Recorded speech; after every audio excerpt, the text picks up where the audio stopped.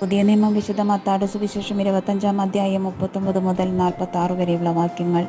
നിന്നെ ഞങ്ങൾ രോഗാവസ്ഥയിലോ കാരാഗൃഹത്തിലോ കണ്ടു സന്ദർശിച്ചതെപ്പോൾ?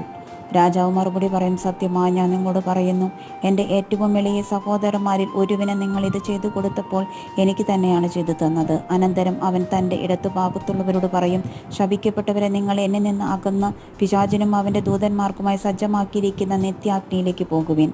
എനിക്ക് വിശന്നു, നിങ്ങൾ ആഹാരം തന്നില്ല. എനിക്ക് ദാഹിച്ചു, നിങ്ങൾ കുടിക്കാൻ തന്നില്ല. ഞാൻ പരദേശിയായിരുന്നു, നിങ്ങൾ എന്നെ സ്വീകരിച്ചില്ല. ഞാൻ നഗ്നനായിരുന്നു, നിങ്ങൾ എന്നെ ഉടുപ്പിച്ചില്ല. രോഗാവസ്ഥയിലും കാരാഗൃഹത്തിലുമായിരുന്നു, നിങ്ങൾ എന്നെ സന്ദർശിച്ചില്ല. അപ്പോൾ അവർ ചോദിക്കും, കർത്താവേ, ഞങ്ങൾ നിന്നെ വിശക്കുന്നവനോ ദാഹിക്കുന്നവനോ പരദേശിയോ നഗ്നനോ രോഗിയോ കാരാഗൃഹത്തിൽ കഴിയുന്നവനോ ആയി കണ്ടതും നിനക്ക് ശുശ്രൂഷ ചെയ്യാതിരുന്നതും എപ്പോൾ? അവൻ മറുപടി പറയും, സത്യമായി ഞാൻ നിങ്ങളോട് പറയുന്നു, ഈ ഏറ്റവും എളിയവരിൽ ഒരുവന് നിങ്ങൾ ഇത് ചെയ്യാതിരുന്നപ്പോൾ എനിക്ക് തന്നെയാണ് ചെയ്യാതിരുന്നത്. ഇവർ